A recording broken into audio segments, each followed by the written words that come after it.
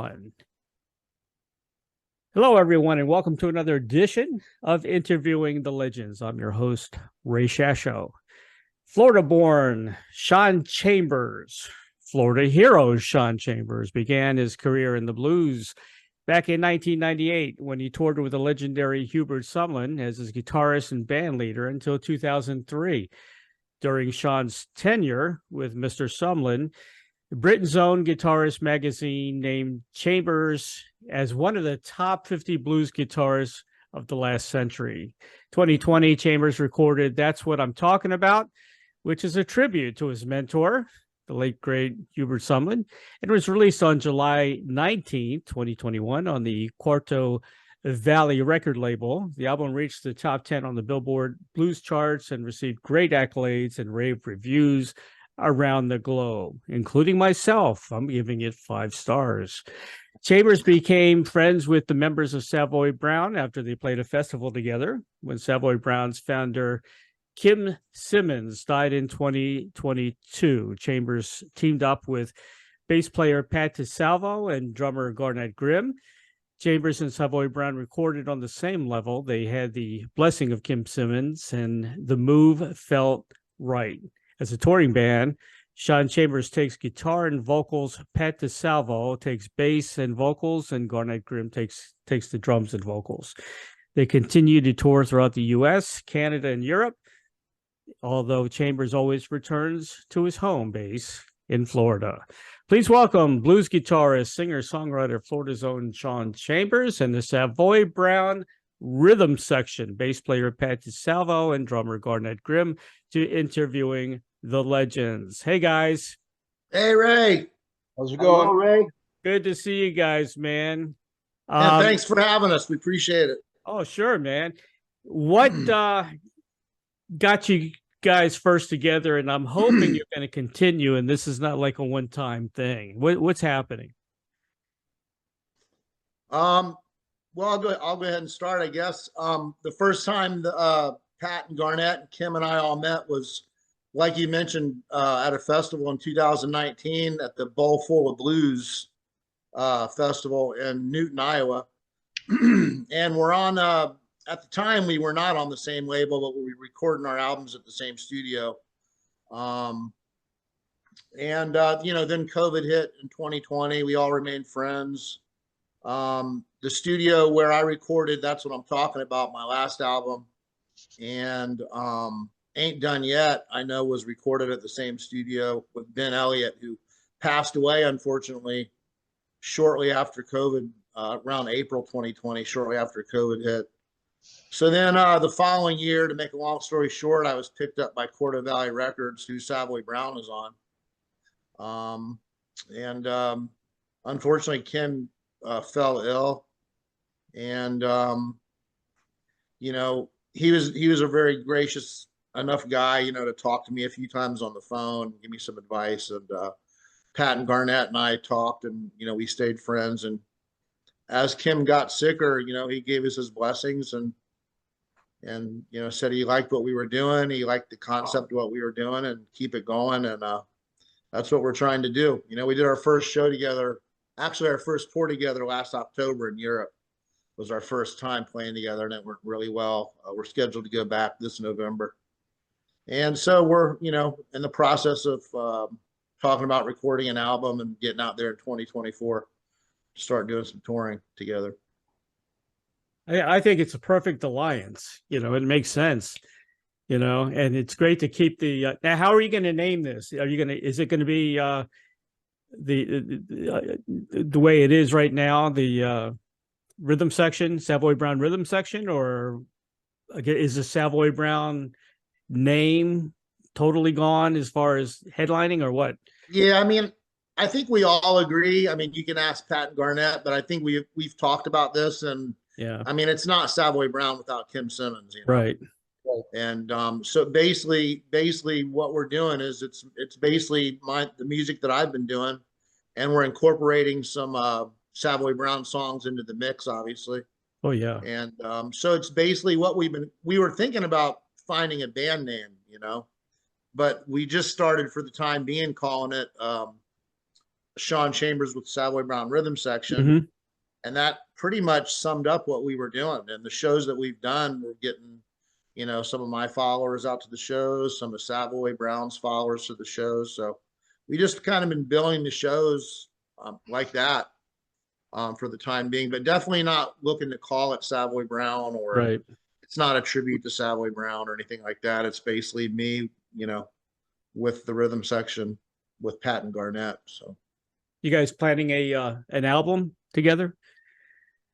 yeah, we're in talks right now. I'll let the guys talk a little bit, but yeah, we're definitely in the talks right now about doing an album. Good. Yeah. Yeah, we're supposed to start rehearsing first week of October, and then we got a show in where's it, Stewart? Yeah, Stewart, Florida at the Sure. October 7th. We'll be at the Lyric Theater in Stewart, Florida, October 7th. Awesome. So we're gonna sit down and not sit down, but we're probably gonna do some Zoom rehearsals, I think, and Mhm. throw some stuff around, and then we're gonna get together and hopefully come up with a good record. That's the goal. Well, like I said before, I had Kim on the show several times. The last time I had him on the show, we promoted Witchy Feeling. I think it was 2017, and you guys were on that album. Yeah. That was a great album, by the way. I really liked it. It got a lot of great reviews. Yeah. Yes, and I think that one went to #1 on Billboard. I think did. that was so that was a very special one. And I think that's the first one we did with Ben Elliott. Sean had mentioned Ben. There was a lot of nice little stars that were lining up there for us to get together. And that was one of them. It's so ironic. We were using the same studios and ended up on the same label and playing a lot of the same shows. So it was nice that we were able to hook up the way that we did. And the tour we did last year was great because we sort of had Kim along with us. Mm-hmm. We would Pat and I were texting them quite regular, and I don't know, maybe once or twice a week we were getting together, the four of us, Kim being here in the United States, but we'd all get around the phone and talk with him a bit, and he'd want to know what we were doing and where we were, and oh yeah, I remember that place, he would say, or whatever, So he was very encouraging for us to keep this thing rolling, and we're excited to do it. So and I have to say, Sean's doing a killer job with some of the Savoy Brown material. So yeah, it's great. Yeah, thank you, Garnet. He kind of looks the part too, doesn't he?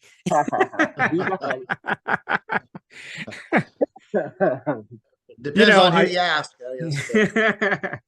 I think I saw you guys perform. I covered the Rock and Blues Fest, which was also called Hippie Fest in Clearwater. I think it was August 16th. It was Savoy Brown, Edgar Winter, Pete Rivera from Rare Earth, and Vanilla Fudge. Were you guys in the band? No, you didn't do that? No, one? they actually they had like sort of a house band for a few of the artists. Okay, that's right. Yeah, that's what they did. We were in Savoy Brown, but Kim did that particular tour. There were several shows that they did, and they used I think they used Edgar Winter's band. Edgar Winter's band, yeah. Okay. Yeah. So I think Rick Derringer was on that one, yeah. So yeah, he was using them. I think that Leslie West was on one of them. Yep. But they used they had a bus and they could only fit so many people on. So I got you. And they heard about Pat's appetite. They didn't want my sleeping habits. Walking in my sleep. That's a whole different Zoom interview. So we might have to get to that. I want to hear that. Get to the good stuff. Yeah. Yeah. My wife talks in her sleep. She doesn't walk yet, thank God. Yeah. Oh man. I lost my train of thought here, what I was gonna say. I'm sorry, Ray. That's all right. Oh, Pat, I didn't know you were in San Francisco. Like, in your hotel room on the balcony with the bridge behind you. I was looking. I always do that. Actually, the one I normally use. Let's go. The one I normally use. Let's see. Is this one? Yeah. Oh, there's the Cool. one. Yeah. Yeah. With all the That's my talks of normal one. aliens, you might as well get Yeah. into it. Yeah. I definitely have to experiment with my backgrounds for sure. Oh yeah, it's pretty cool. I during that show, I interviewed Edgar Winter, and when I interviewed Edgar, Johnny Winter had passed away the day after. So that Oh, was, geez. yeah, man, that was kind of very strange thing. He was Yeah. talking about Johnny a lot during the interview too. Sure. Was he really? Yeah, we talked a lot about his brother. Yeah. When Savoy Brown, we had an opportunity to play a couple of shows with during our time with Savoy. We played a couple of shows with Johnny Winter. So yeah, Mhm. he was definitely a great player, legendary, Oh yeah, he's a One of hard the worker best. too, man. He was always on tour. You know. unbelievable. Yeah. Well, first I'd like to talk about that's what I'm talking about. What was it like working with Hubert Sumlin back in the day? Oh man, it was an honor and a privilege, obviously. I had a manager at the time out of New York City named Steve Einzig, Mm-hmm. and he put together a small label called Vestige Records, Right. and found us a distribution deal. And he actually put out my first two albums under the Vestige Records label, and he was managing me. And Hubert's career at that point, this is back in '98 when I put out my first album. So Hubert's career at that point was kind of off track. He wasn't playing a lot, for the previous 10 years. And so Steve picked him up, started managing him, called me up one day and said, Hubert's playing blues stock in Memphis, Tennessee, and he needs a band. Would you be interested? You and your guys backing him up for the one night? I said, of course. So we woodshedded the set list. We went to Memphis. We played the show. And then after the show that night, he goes, man, I want you guys to be my group. We clicked off stage and on stage, and it was great. And so working with Hubert was it was one of those pinch me kind of moments, because I was a young kid at the time. I was in my late 20s, early 30s, and I was just in the right place at the right time, and got to do a bunch of shows with guys like Willie Big Eyes Smith and Calvin Fuzz Jones, and Pine Top Perkins, James Cotton, Magic Slim, Otis Rush. Wow. We toured Japan, did a tour with Otis Rush and Magic Slim and Hubert and I. And it was just, I kind of consider it my college education of the blues, my 4.5 years with Hubert, because, I learned a lot about the music, but I also learned a lot about touring and how to, try and stay humble, and how to give, to how important it is to do your best show. Hubert was really adamant about that. Yeah. Because he said whether there's 10 people in the audience or there's 5,000 people in the audience, they all worked all week long, paid their money to get in the door. So, you got to give them everything you got. So he taught me a lot about the music and touring and just being a good guy, I like the selection of songs on this album. I'm partial to Willie Dixon, so I was glad you included, a lot of Willie Dixon on there. I think you had 3 tracks. Yeah. From Willie. Yeah. Yeah. Yep. How did you select this, the music for this album? Well, I tried to stick to songs that we did together, that Hubert and that I enjoyed doing with Hubert. Right. And that's basically it. We did so many songs. Obviously, there's only, so many I could choose from. But also, I tried to choose songs that Ben Elliott, who unfortunately passed away at the time, he put the band together to do the album, to back me up. So we went through different options we had as far as material and songs, and kind of decided on what, the 11 songs that we came up with. So I like your tribute too, Hubert song. Oh, thank you. I appreciate that. It's excellent, you. man. You did a great job on that. Thank you very much. I appreciate that. Yeah, Thank you. man. Some of my favorite tunes. I think I liked. I think my favorite was "Howlin' for My Darling." Yeah, that's one we do live in our show. Yeah, Oh, it's great. that's a fun one. Yeah. Yeah, Thank you. your voice actually sounded a little bit like Billy Gibbons. Nice. I'll take that as a compliment. I can hear a little Billy Gibbons in your voice sometimes, which is Oh, cool. Thank you. Thank you. I just need a beard. I need Yeah, yeah, all three of you need to grow beards now, right? Yeah. I Um, like that idea. yeah. Luis, right? Is that how you pronounce it? Louise, yeah. But yeah, that's incredible guitar on that one. And again, it sounded a little bit ZZ Top. It's like Jesus Just Left Chicago feel of it, which I love. Trail Dragger, another great guitar. Tail Dragger, yeah. Cool keyboards as well. You had some good keyboards on that one.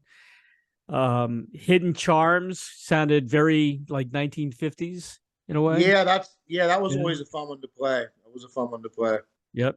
You had mentioned Louise and Tail Dragger. Yep. And oddly enough, Kim Simmons and Pat and Garnet, Savoy Brown were on tour in Canada right around the time I was recording some tracks for the album. Right. And they were going to be back in town. And there was the possibility of Kim and Pat and Garnet coming by the studio and playing a song or two on the album. But it didn't come to fruition because of their schedule. And I think they had a delay in Canada getting back to the States. But I talked to Kim on the phone, and he told me that Louise and Tail Dragger, that those two songs were the songs back in the 60s when he was a youngster growing up. Really? That really made him want to play the blues. And so I was thinking, well, I got to do those two songs on the album, because if Kim and the guys come play, Kim wants to do those songs, we're going to do those songs. So turns out, unfortunately, they weren't on the record, and Kim wasn't on the record, but still two good songs that, we enjoy playing. So I can hear you guys doing a live album too. That would be awesome. Yeah. We've talked about our options. That's one option, but I think we may do a live album maybe next, do a studio album, then maybe follow it up with a live album, perhaps. Everything's still kind of in the air right now. Looking forward to it, man. I'm excited. I'm really excited about this band. Thank you, man. We are too. Thank you. Yeah. Sitting on Top of the World, another great track. Another favorite of mine that I really like. Yeah, that's a fun one to play for sure. Well, I gave the album 5 stars. Sincerely, I loved it, man. It's just a fun album. It's an album you can listen to over and over again.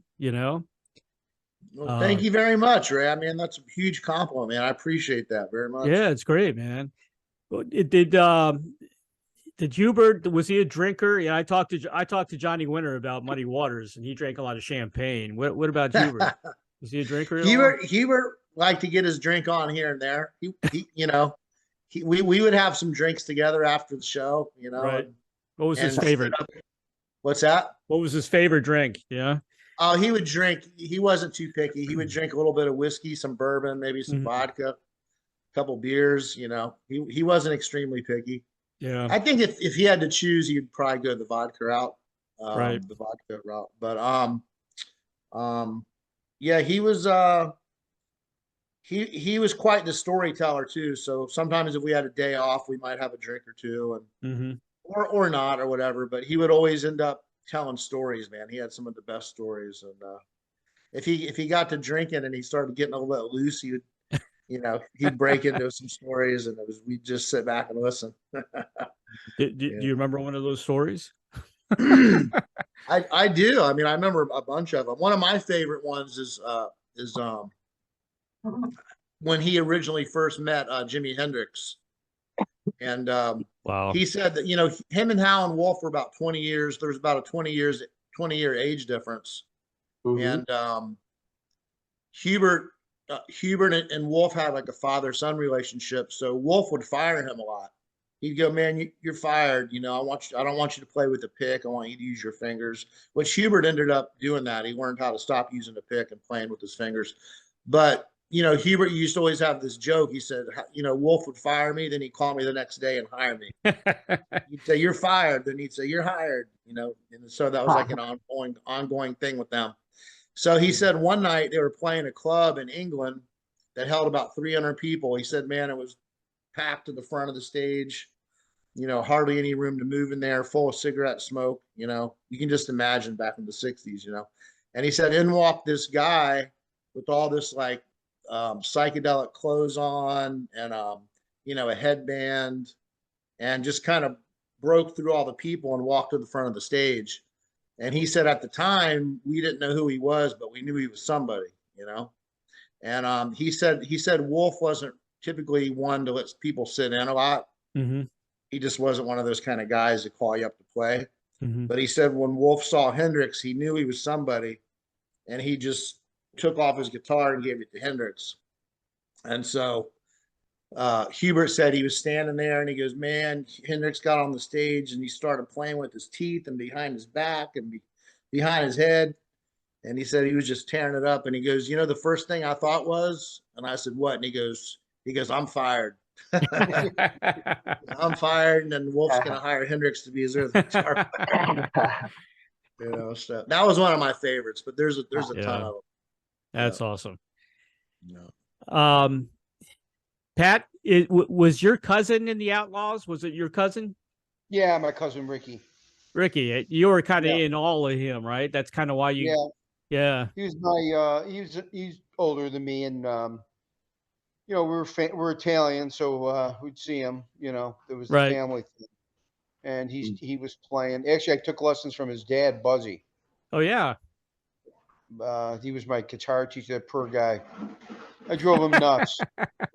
I have a way of doing that to people. Well, you're Italian. I'm Italian. I can say that because I'm part Italian too. You know what they say? There's Italians and people that want to be Italian. Right. Exactly. Exactly. I think we originated in Naples. I think Naples. Yeah, originally. Mine is Sicilian and Calabrese. Sicilian. Ah. Yeah. Those guys, huh? Any Italian though. They didn't want us to learn Italian. They gave me the name Patrick, Right. And my father's name was Pasquale. Pasquale. Actually, his father's name was my father's Patsy. Yep. There's a lot of Italians in rock and roll in there. Yeah. Yeah. Alice Cooper for one. You know what I hate? I talked to Wendy Dio, Dio's wife, Ronnie's wife, and the horns that he did, right? Yeah, everybody associates that with the devil. It's got nothing to do with the devil. Nothing to do with it. It's the Mohawk. Don't you hate that? It's the evil eye thing. It's, because we did that too. Curse on you, and then my grandmother, she would get a thing of water and put olive oil in it, and with a knife, right? And she could take the Moloch away from you. Yeah, exactly. You know what I mean? Yeah. My mom was very superstitious. Little man, it's like I don't know what all these people are talking about. My mom, my grandmother did tarot cards. Oh yeah, yeah. My grandmother just did the Moloch. She was the Moloch lady for the right, neighborhood. She would take the Moloch off of people. People did pay her too, if I remember right. That's funny. She was young. That's great. She also made a good cover deli. Garnet, what's your background? Ethnically or? Yeah. Well, I'm not Italian. I just hang out with Italians. Oh, okay. Actually, Grimm's German. So is it German? Yeah. In fact, we were playing a show in Roth and in Germany, and we stayed at this little motel somewhere. And the proprietor over the place was Grimm, and I remember I ran inside and was telling the bartender, "Yeah, my name is Grimm." And he was like, "Yeah, whatever, but you left, Was that the place with the sauna? Yes. There's an interesting story. That's funny. What is the brothers Grimm? Oh yeah, they Yeah. were German. Yeah, right. Robert. were Yeah, German. Robert. Yeah, definitely.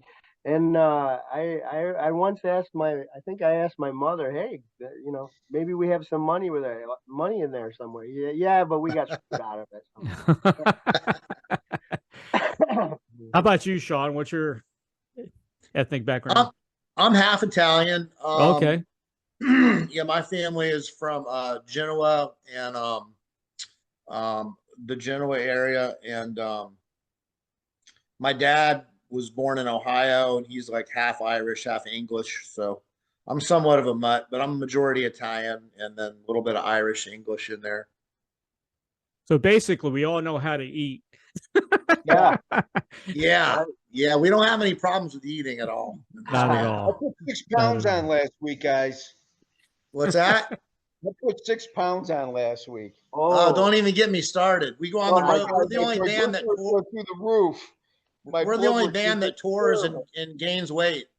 Yeah. You know, we What do you guys eat on the road? Do you have it catered or? Not, I mean, there's usually catering at the shows. I mean, just, Right. Typically, but, we try to eat decent. We try not to eat a bunch of fast food. So we'll stop and have a meal, so nothing I always in. think it's hard to eat well on the road because you're just moving all the time and you spend hours in the van and so pretty soon you find that every time you bend your elbow your mouth opens and That's you're true. always going for coffee Garnet. and stuff. One thing though is, I mean, these guys, Pat and Garnet, have a passion for food, like I do, like we all do, like we were just talking about, and so we all enjoy eating. I've actually learned some pretty cool recipes and some hacks from Garnet and Pat out on the road, when it comes to preparing some food and stuff. But yeah, man, we get along great on the stage and we get along great off the stage. We just have a good camaraderie and we enjoy a good meal and good stories. And so it's all good. Well, it helped the tour we did last year in October. I think that's the first one that I've ever done where we spent so many time in the Airbnbs. So we had our own kitchens and everything. Oh wow! Yeah. Awesome. Yeah. So we spent a lot of time cooking for ourselves, and Yeah. so that And was then cool. our tour manager, this guy was eating all the time. I thought he was buying us all food a few times, and he would stop and go eat again. There was more wrappers of food in that van. It was hysterical. I'm going to talk about Savoy Brown's latest album now, but I'm going to bring Kim into the picture a little bit. I first saw Savoy Brown. Listen to this, 1974. It was at the Cap Center in Maryland. Deep Purple, Savoy Brown, and Tucky Buzzard, which was produced by Bill Wyman. We don't hear about them anymore, Wow. Yeah. And probably, I don't know if the guys from Foghat were there or not at the time. Yeah, 74. 74, they probably had left already. At that point, yeah.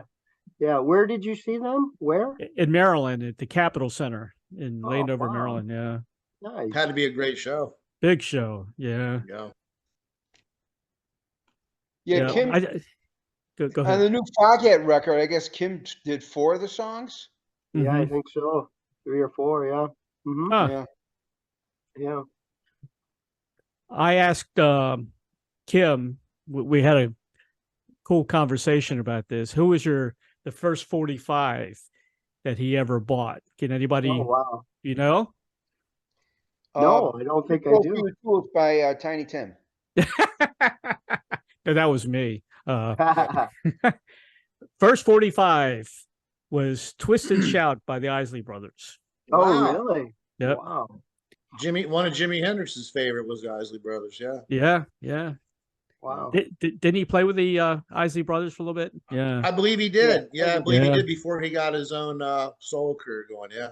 Yep. It's a good thing he left, huh? He would have been just kind of Can you imagine if, yeah, I mean, yeah, it's definitely cool part of history right there though. Oh yeah. All right, we're going to talk a little bit about Savoy Brown's um, most recent album.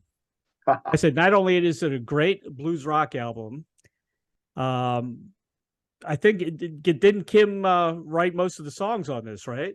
Yeah. Yes, definitely. And that's the beauty of Kim Simmons that people don't realize. He wasn't writing covers. There was no covers there. That was all him.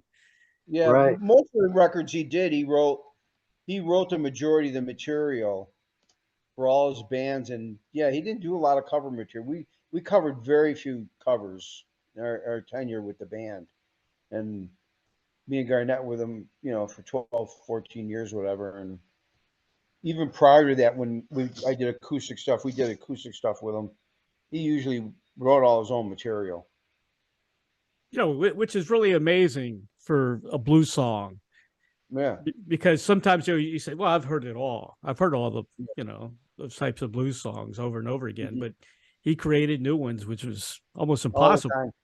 Yeah. It's amazing. And he tried taking the blues to a different level. Mm-hmm. That was another thing he was really kind of adamant about. But then he would go back, sometimes he would go back to let's just do a blues record.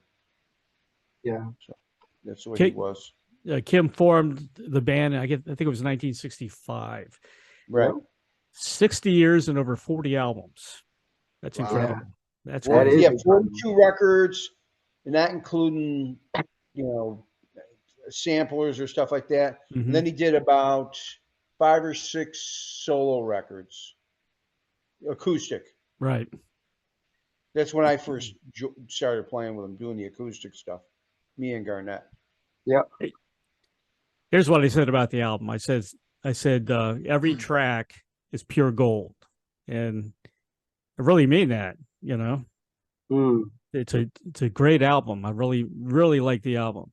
It is a great album. It is. Yeah. Yeah. I didn't know what he was going for at first, Ray. Like they going through the cracks. I remember calling him up. I go, "What do you want me to do on that?" And he goes, "Nothing."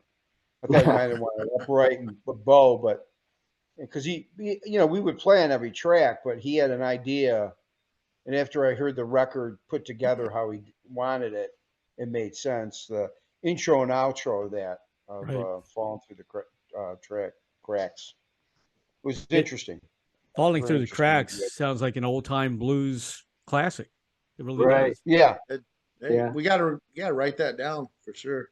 Yeah. Yeah. And then the whole idea of the record was he did styles that he really liked, and it was his last record. His first record was an all blues record with all covers, and this was like a all blues record, but it was like all his own material.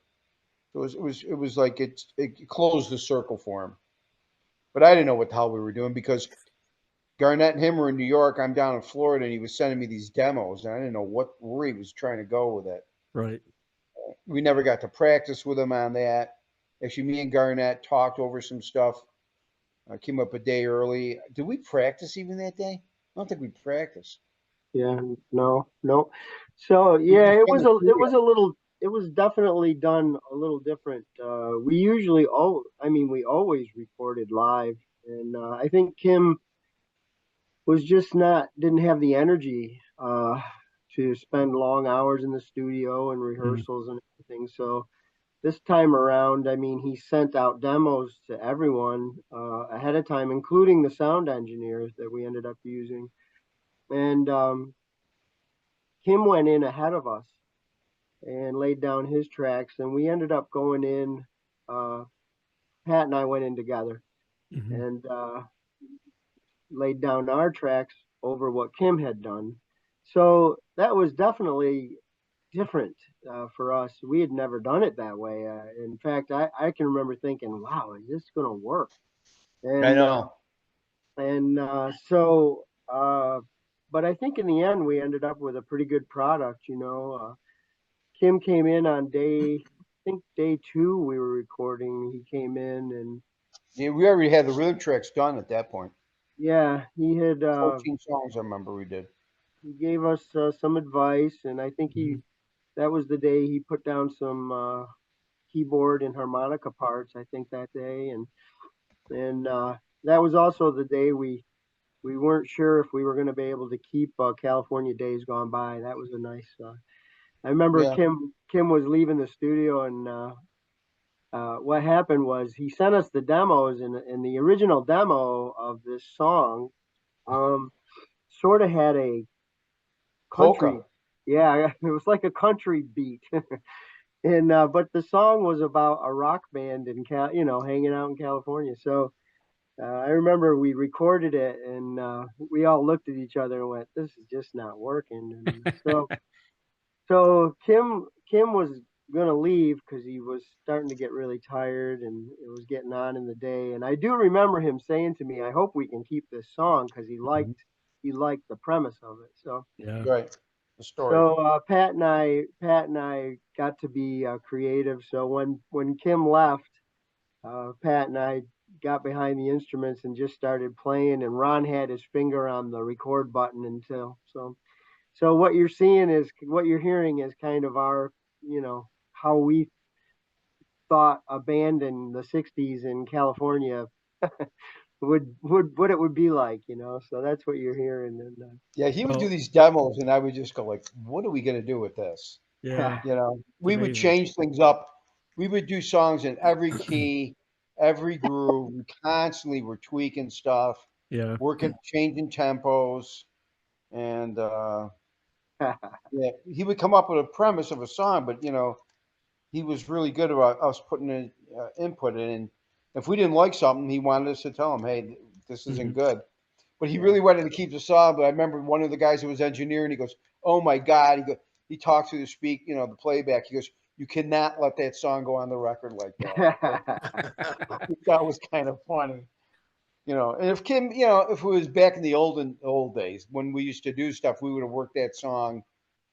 It probably would have came out the way it did, I think. yeah, We would have yeah, changed yeah. it a million times. And Kim would have played. We would have worked it, and yeah, in fact, we had a song that it was funny. It became a joke with us in the band because Kim wrote a song called Old Rosa, Rose, I was just thinking of that. and over the years it kept surfacing, but we had every imaginable version of that song. I mean, we had a shuffle of Old Rosa, and then we had an R&B groove, and and And a and it, rocker, and and it this went and that. on Yeah. and on, and I said, Kim, you should just put out an album called Old Rosa and Rose. just just have every version of that song on Every there. version was different, like a Jimmy Reed version. There was a That's different. funny. Yeah, there was so many versions of that. But we used to do that back in the day because we would practice, and on the road we would practice too sometimes, especially at sound check and room rehearsals. But we constantly were tweaking all the songs, Right. before we went. Like Witchy Feeling, really, we learned that on the road. We were working so much at that point. We did that. That was all sound check stuff. Hmm. We just would just do this, and then sometimes we would do the song that night. Yeah, he would introduce a song, and if he liked where it was going, sometimes he would add it into the set. So with Witchy Feeling, we had done the song so many times that it was it really was effortless to Right. record that song. And Sean had mentioned Ben Elliott. I mean, that guy just had a way of making the band sound like they were supposed to sound. I don't Yeah, know how he did it, but that's the gift of guys like that, right? Mhm. He was very creative, and he just really could get great sounds. So he's worked with every guitar player out there too. I mean, it's yeah, kind of amazing all the people he's worked with. There's Yeah. one track on the album I think would be perfect for you guys and Sean. That's Texas Love. oh yeah, Yeah. I think that'd be yeah. perfect for you I guys to play agree. That together. would be a great Yeah. one. Yes. He almost didn't make the record, didn't it? Yeah, yeah. Really? But I Just love for that that as one. well. It's the guitar's just wide open. Oh, it's Yeah. awesome. Yeah. He was weird about songs too. He would think they were too poppy, or he had this line in the sand, which till this day I don't know. And this is after working with him for over 20 years. He would just say, "No, too commercial or too poppy, Really? or no, it's Yeah. not fit." He was that was you know, and near the end, he was even more adamant about it. You know, he just the way he was doing things. You know, he had done it so long that way. It was like, why am I going to change now? Who am I changing for? You know, I got the fan base I have, and they like it, and that's what I'm going to do. So I You give him know, a lot of credit. imagine though if traditional blues had made it to commercial radio on top Right, 40 radio. Imagine right. that, you know? Well, you know, people like you know, Stevie Ray Vaughan and the Thunderbirds and Yeah, Gary right. Clark. They've sort of been able to, you know, Robert Cray definitely been able to get that music over to Mm-hmm. mainstream radio where people like ZZ Top. I mean, really, they're just Yeah. they're a blues band, you know. Yep. And there's so many songs when you listen to them. Like I'll be goofing around, I'll have Pandora on, I'll just be playing this stuff, and even like Amy Winehouse or something like that. It's a blue. They're blues. They're Mm-hmm. 145 changes. You Yeah. know, everybody stole from Chuck. Yeah. You know, he would do stuff with just two chords or three chords. You know, Yeah. and it was just amazing what he could do. The only problem with Chuck, he never evolved, you know? I No, mean, he went from that to My Ding-a-Ling, you know? yeah, And that was his biggest hit. uh, You know, yeah. I would have liked to seen him turn into like a Jimi Hendrix, you know, but that just Yeah, never happened. That wasn't him. He was stuck in his thing, and that was it. That's the way he was. He was quite the character. Yeah. Pat did some shows with Chuck Berry, Yeah, didn't you, Pat? yeah. Really? I played upright. He liked Ah, that. He was but he was a character. He was yeah. definitely What was his temperament like? I know he I don't know what happened that night. I don't know if he was doing something, but he was really nice to me. okay. And then at the end of the gig, this one gig, he had taken me. He asked for me to come to his dressing room, and he just talked to me for a while, like I knew him. And he was just talking about stuff. It was very. I thought he was going to yell at me, you know, but he was really just a. He was really. He just talked, and he was really nice to me on stage. He wasn't nice to. I remember this one drummer and keyboard player who were very good players, great players, and he just didn't want to even talk to him. And I remember he moved the piano player to the side and started playing, you know, the piano part the way it should be, basically. And he just shook his head at the drummer, and I was like, I don't know why he's not digging this, but he wasn't digging this. But just it was very, yeah, because he can be very nasty. He could have been, you know, I mean, there was a thing about him. Yeah, him and Keith Richards had some run-ins. Yeah, yeah. I think he punched Keith. Yeah, he did. Yeah, he was just, and he was that type of guy. I mean, he wanted his money up he wasn't going to go on stage till he got cash in his pocket. He wouldn't put his dress shirt on, Huh. you know, because he would come with like one dress shirt and, Yeah. you know, his guitar wouldn't come out of the case until that money was in his pocket. He ain't doing nothing. It was funny. It's old school. Well, yeah, he got ripped off so much. He didn't care who you were. At that point, it was like, Yeah. you're going to pay me now. You know, then I'll do your show. But he did a great show, and you know, he did his thing. And but yeah, it's weird how you think people like him because he is so smart. He's a very smart man. Mm-hmm. You think he would have evolved the music, but I think he really at a certain point in his life, like I don't know, I'm not a psychologist, but he was just happy where he was at, and that's it. I did my Yeah. thing.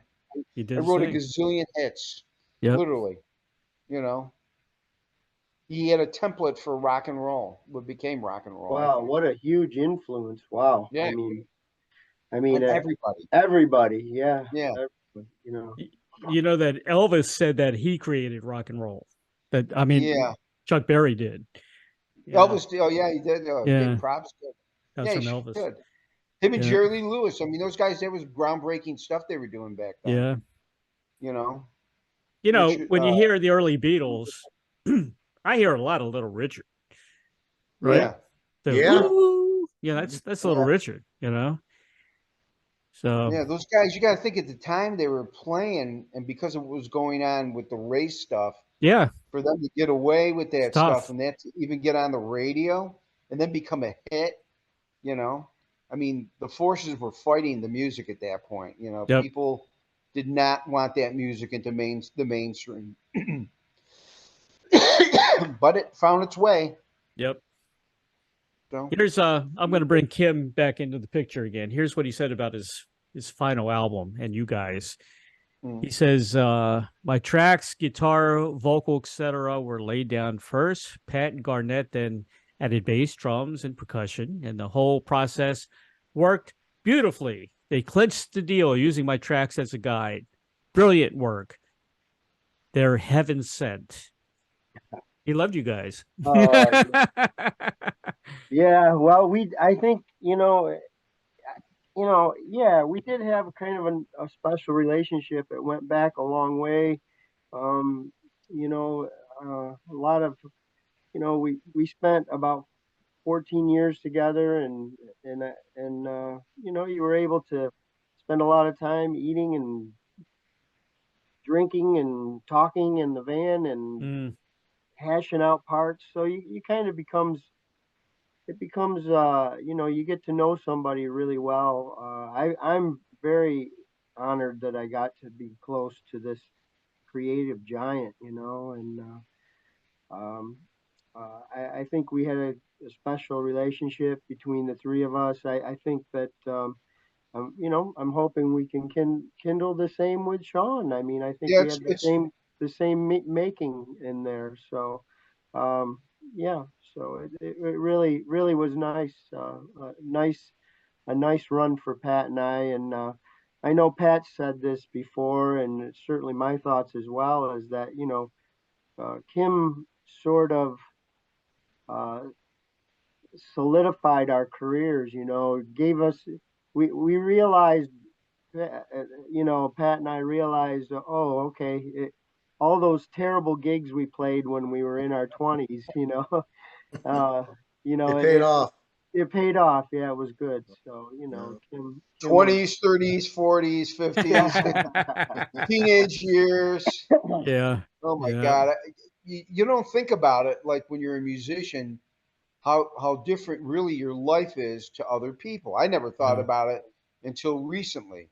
Mhm. How we travel and Mhm. we stay at hotels and people give us food and they give us booze and whatever else. We won't go in, all the taboo stuff. Everything that goes along with it. And you just expect, you just expect it sometimes. Yeah. It's like I have a hard time paying for a hotel room. I have a hard time when I don't get food for free. Yeah. I have a And hard like, time paying when for I'm a at the bar, concert. I'm with the band. Yeah, right. Well, I understand. That's exactly. And Or I get all my music free too. right. Or when you've been on the road for 4 weeks and you come home and your family wants to go Yeah. stay in a hotel somewhere. Yeah. Do we have to? Oh yeah, I'm ready to go for that one. Yeah. Hey, Sean, do you know Pat Travers? Absolutely. Yeah, I've done many shows with them, and Yeah, great he's a guy, local guy, Florida. great player. Yeah, of course. Yeah. Yep. Got a good lot of Florida guys here, a lot of rockers in the area. It really is, man. Yeah, It I was really friends with do you know Joe Lala? Remember Joe by any chance? I don't think He was so. in Manassas and he was in a lot of bands. The name sounds familiar. I just can't place Blues place, Image. He's in Blues okay. Image. Okay, yeah. He's a local guy from Tampa. So What's his Okay. name again? Joe Lala. He was an a Iron Congo Butterfly? player. Congo player. Was he Percussionist. an Iron Butterfly now? From the That's Blue Mike Cheer. Panera. Mike Panera is also from Panera, yeah. area. He's from Tampa He's a too. character. Yeah, he is. Oh I've my had him on a God, couple of he's a times. character. Well, Yeah. Tampa's my hometown. That's where I grew up. So yeah, those names all ring a bell. I may have been a little bit young when those guys were out Yeah. doing, in their heyday. But yeah, definitely both those names ring a bell. Yeah. Of course, Derringers in Florida, and Oh yeah, cool. Yeah, yeah, yeah. Brian Oh, There's a Johnson. lot of guys Johnson. down here, man. It's Yeah. amazing. There's a lot of guys. You were talking about Keith Richards, like Mick Jagger bought a house in Lakewood Ranch recently, which Yeah. is right up the road. I think he sold it He within a did. couple years. I'm Yeah, surprised. recently. I'm surprised he Yeah, sold it's it. still it's still hot down here. Yeah, I don't. he bought it for his girlfriend. Right. Yeah. Right. Yeah. And I mean, there's a lot of guys from like AC/DC, Leonard Skinner. Yep. just the list goes on. Bob Seger, Mhm. guys that have places down here. Yep. Yeah. All right, guys. Here's your final question. I ask everybody this question. I get some very interesting answers. Okay. If you had a Field of Dreams wish like the movie to perform, collaborate with anyone from the past or present, who would that be? Ooh. Anybody can go first. I'll let Garnet and Pat go first to make Okay. sure we don't guess the same people. You can't say Kim Oh. Simmons. Okay, yeah, we have to exclude the people. And you can't say yeah. Hubert. Yeah. Oh my gosh, that's a tough one. That really is a tough one to narrow it down to just one. Well, if you want to create a band around you, that's fine. Oh wow, Yeah. that's cool. Yeah. Well, yeah, honestly, okay. Yeah, I guess what I do first then is I'd probably have somebody like Muddy Waters or Willie Dixon up front and writing the band, and then let's see, we'd have to have, well, that would be cool. I would have Hendrix on one side, Clapton on the other side. There we go. And, let's see. I guess, there's so many bass players, but, I'd have to have, yeah. I mean, there are so many great bass players. I don't even know. Okay, so I'd have Paul McCartney and Pat on the other side. That's a hell of a band. Yeah. I All always right. liked the band Cactus. I always liked those guys. Oh, you like Carmine because he's Italian. Yeah, Carmine's Italian. Yeah. But I was so happy we got to actually do a show with those guys and 10 years after one time. Right. And it was like, I was just like, unfortunately Tim Bogart wasn't there, but Mhm. he was ill. But I always liked the band Cactus. I thought Mhm. they were just this, they had songs, they would have done something. They were definitely the American Led Zeppelin to a degree. Oh yeah, underrated. Definitely What a underrated. Very what a power- underrated. What a power trio, man. Yeah. Those Yeah. are great. Yeah. Well, Jeff Beck wound up using both Carmine and Tim Bogart. Hmm. And there's a little talk about a band. So Kim and Brian Auger. I'm trying to think now. Brian Auger, Tim Bogart, Eric Burton, Hmm. and the drummer from Sly and the Family Stone. They put a Yep. band together. Hmm. But Kim said there was just too many A personalities. Was that Greg Rico from Slide in the Family Stone? Is that what you said? I don't know. I just remember he didn't Okay. remember. He goes, the drummer Yeah. from Sly. We wound up getting the drummer from Sly and the Family Stone, and Brian Right. Auger was on keyboards. Eric was fronting in the band, and then Tim Bogart and him. Wow. Man, Yeah. it would have been an interesting Definitely. band. We got to play with Eric too. I thought he was great still. It was just a couple years ago. Remember, Garnet? Yeah.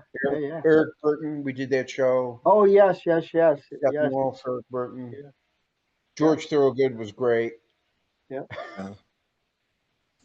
Thorogood's hysterical. I spent a little time with Eric and also Alvin Lee backstage. Alvin played my guitar, actually. Really? Yeah. Wow. He was a good That's- guy. You don't that's realize just- how Yes. you don't He's realize another how guy that's tall he is underrated. until you stand next to him. He's a pretty tall guy. Oh yeah. Yeah. I have a pair of Alvin Lee's earplugs. Really? Because I How'd you- guess, I met this photographer probably, I don't know, it had to be about 8 or 9 years ago. And he was did a lot of photography for Alvin Lee and stuff. Yep. And did several shows for him and other bands and stuff. And they used to have a box of earplugs they would give to everybody that worked around the stage. And Alvin would only use his once and they'd throw them out. So, Yeah. but all the earplugs, the photographer guy said there was at every show there was a box and they all had a little case that they came in. Wow. So he claims that those are the ones that Alvin wore that night. He threw them away and he put them in his little case that he had, and he's been saving them, and then he gave them to me. And so, Yeah. but Maybe get some inspiration there. Right? right. As far as collaborating with someone, I feel like I got the greatest band out there, man. Garnet and Pat. Oh man, he's Thank you. Yeah, man. So like I'm, but so I wouldn't mess with my rhythm section, but it's so hard for me to pick a guitar player. I mean, what guitar player wouldn't pick Jimi Hendrix? right. But I mean, I think about guys. I had an opportunity to play a little bit and meet Honey Boy Edwards, who was Robert Johnson's Oh yeah. supposed wow.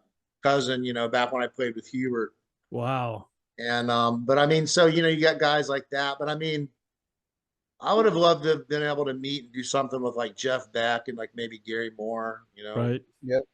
And guys like that. There's so many people, but definitely was a huge fan of Gary Moore's and Jeff Beck's. So I think that'd be pretty cool to collaborate with those guys.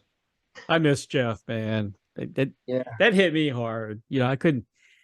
He was a great artist. He really was. Yeah. A pioneer. He kept developing himself every decade. He changed himself. Yeah. Yeah. I think from the Yardbirds, and then what he kept going to, it was just kind of amazing. And he collaborate with so many people, which was Yeah. cool. Yeah, definitely. Yeah. Yeah. Yeah, he was very unique. I can't think of anybody like Jeff Beck. Can't compare I agree. him to anybody. Yeah, he had his own I style. mean, and that's for sure. saying a lot with all the guitar players that are out there, Yeah. Well, you guys are great musicians, man. I want to say that's what commercial radio is missing. There are no bands. There are no great musicians anymore. Just a bunch of garbage. Amen. I'm so sick of Taylor Swift. She's selling out stadiums. Can you believe this crap? I mean, come on, man. I give her credit. At least she's using a real band. Yeah. And it isn't some tape. We did a Right. show with Kanye West. Remember that show we did with Kanye West? Did you really? He's on we stage did. behind a podium. There's no band. There's no dance. There was nothing. Just him. And I just was not. Oh my gosh. The life of me, I could not figure out what the hell he was doing. Him and Chance the Rapper. Yeah. This Yeah, was it at was the weird. Ottawa Blues Fest.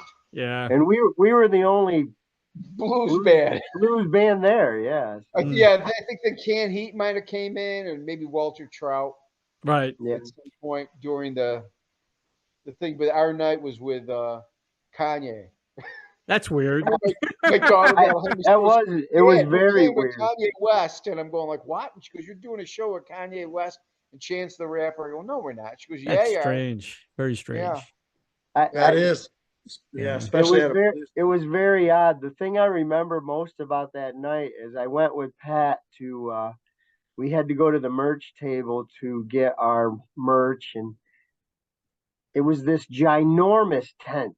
So we get back there, and Kanye West literally took up a whole side of this tent, just boxes and boxes of shirts and stuff. I was going, oh my God, they have to have a tractor trailer just to Oh yeah. move the merchandise. You know what I He mean? doesn't have a band, so it's really, he's got room on his bus and his Yeah, his, right.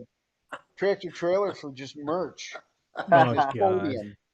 Yeah, it was just, Unbelievable. yeah. I mean, I you know was- what? If people like it, fine. I get Yeah. it. Yeah. But I mean, really, when it comes down to it, come on. He's the one that said, "Why you don't need guitar? Why do people play guitar? Yeah. Yeah. Yeah, Well, use yeah. a voice code or whatever. You know what's strange though, when you look at all the old shows like Ed Sullivan's Show and stuff like it, they all lip synced. Yeah. You know, Yeah. even the Beatles lip synced back in the day. Sure. You know, Yeah, that is a little, yeah, I know. you know. Well, I think too, like back in those days too, there wasn't as much technology to, Right. you know, like back in They the would day, sound you know, bad. what's that? I said they would sound bad a lot of times. That's why. Yeah. Yeah, and I That's mean, true. you and Garnet probably know, but I mean, back in the day, like say back when the Allman Brothers were coming out and starting out and stuff, Mhm. they didn't really mic stuff, you know. So they had big amps and like the old SVT bass cabinets, and Right. you know, and I was told by some people, you know, that they had their volume came off the stage back in those days. They didn't really have a way, so they were all really loud. Right. Whereas today, you know, you've got the ear monitors and everything's mic'd, and so today I don't think there's as much excuse for lip syncing as there used to be. Right. Yeah. Yeah. So it's think like there's Garnet always- was saying with about Taylor Swift, or Pat said, at least Mhm. she's using a real band and actually playing, and there's a lot to be said for that. Even some of these guys, I may not really dig their music, but it's good to see them out there using Right. actually using a real band, real musicians, and actually playing. There's a lot to be Yeah. said for that these days, I think. I'm just tired of that poppy, thing. Where's the rock? Yeah. Yeah, Yeah. There's no No, rock. I agree. And You know. I was Yeah. talking to a friend here a while ago about that very thing. I said, why there's just no bands, There there's isn't any no bands. bands. Yeah. And I just saw a post from Pete Canaris, who used to be in the Nighthawks, about they're having a serious problem in New Orleans where musicians aren't playing. Hmm. And if they are playing, they ain't making any money. And Right. It's becoming, you got to think how long rock music's been out there and blues has been out there. It's had a real long run. Yeah, it has. There's no Dixieland clubs to go to. There's no Yeah. jazz clubs really Right. truly to go to anymore. And it's just, and even folk music, it's all gone. Even country music today, I don't even know what that is anymore. Yeah. When you consider something country, I love Chris Stapleton, but I mean, a lot of these other artists, I mean, I don't know what the hell they're doing. They're rapping and Yeah. it's just, and I understand you got to have change, things change, but is it a positive change? Is it something that's growing, Well, when you listen to, I grew up in the 60s listening to Top 40. Top 40 was incredible in the 60s. You had Mhm. Motown, you had Frank Sinatra, you had the Beatles, Yeah, you had Stax. everybody was there on Top 40 radio. So, Right. in my opinion, it went from great to worse. Yep. It really did.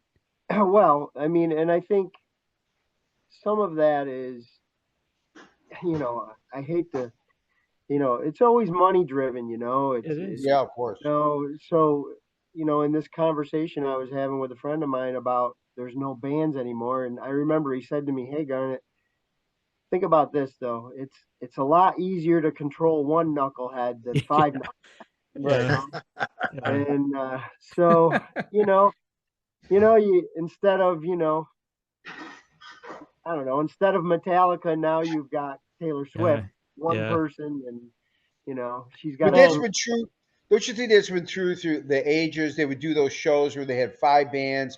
They all play 2 or 3 songs. There was usually a band to back them all up, and there would be a guy singer like Bobby Vinton, and then there would Yeah. be, I can't think of anybody right now. Some old female singer. I think a lot of times I think record companies realize what you said, Garnet. We Right. can control one person. A band, we can fire those guys. Yeah. Yeah, right. Just get another drummer, another guitar player, another bass player. Another Yeah, but piano. Those you guys are should do. replaceable. You guys should do great. You're only 3 knuckleheads. You're right. Yeah, exactly. It's only 3, man. They can control Well, you sometimes guys. I'm another 1.5. Speaking of not a lot of great bands out there, I saw a bumper sticker today. It said I might be old, but at least I got to see all the cool bands. That's right. Yeah. Oh, I love So, it. Yeah. Yeah, I can relate. should put Kinda- that. I want that T-shirt actually. There is a T-shirt. I got the T-shirt. Yeah, really? Somebody gave it to me. Oh, I love it. Yeah, man. So we can't use that. All right. Anything else we haven't covered? Looking forward to an album from you guys and another Yeah. tour, of course. Yes.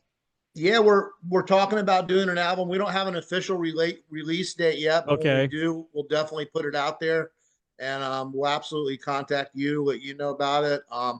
As far as the news on the horizon, we have a European tour planned in November here in a few months. Yeah, I see that. Um, Netherlands, Germany, right? Yeah, Yeah. and Belgium. and we'll be over in Romania, and Wow.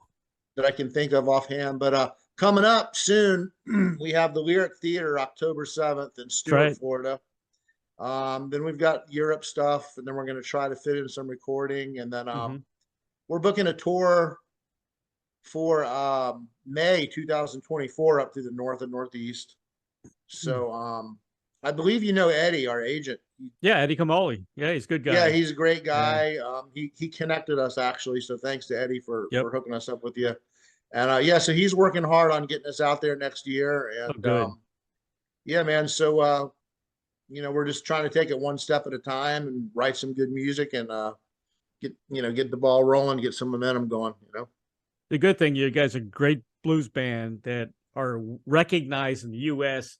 and overseas. A lot of bands can only make it overseas. Right. So, but they get us, don't they? They get rock and roll and the blues in Europe. Oh, they love really it over there. Yeah.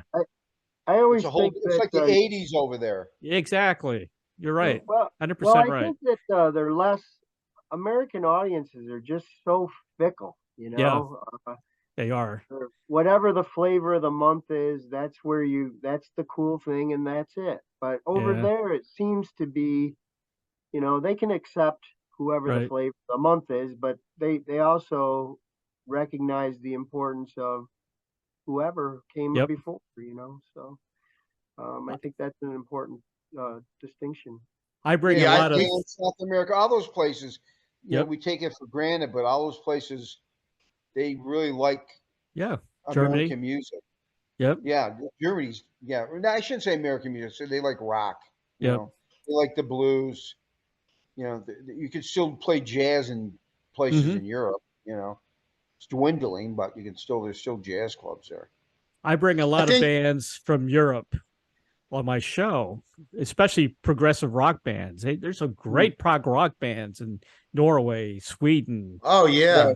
All those places over there are great musicians, man. And I bring them on my show all the time, Yeah, they have some amazing bands over there. And I mean, I like all kinds of music just because I play blues rock. I mean, I like a lot of different kinds of music, but specifically, when it comes to the blues, again, there's some really talented bands over in Europe. There is. But I think from what I've heard from the fans is they really appreciate the U.S. bands, blues bands, because this is where the blues originated, was in the U.S.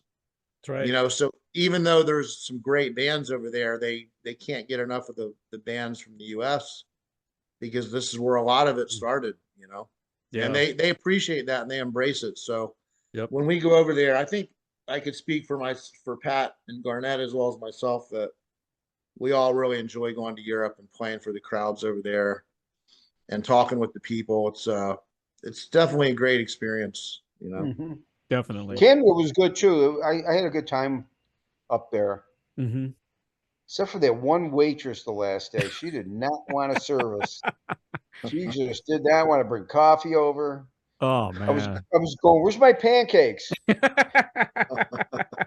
That's funny. You want 2 or 3 meats.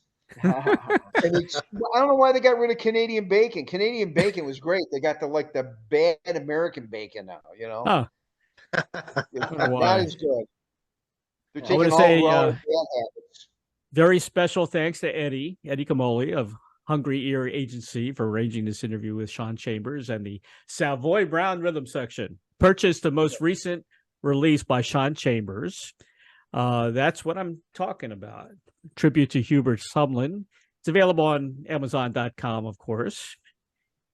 And let's see.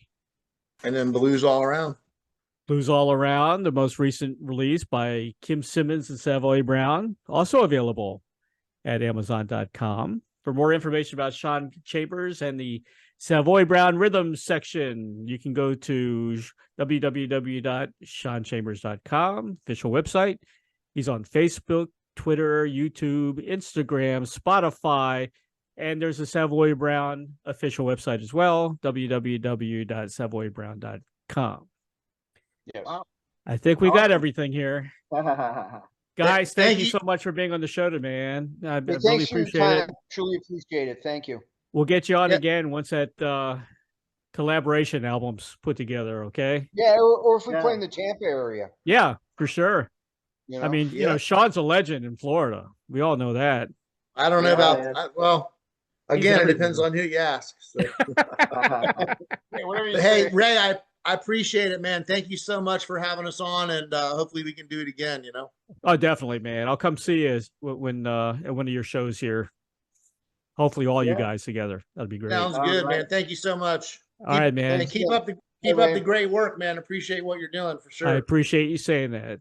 Thanks a lot. Absolutely. Take care, Absolutely. guys. Take care. All right, Thank bye. you, Ray. Bye-bye. Bye.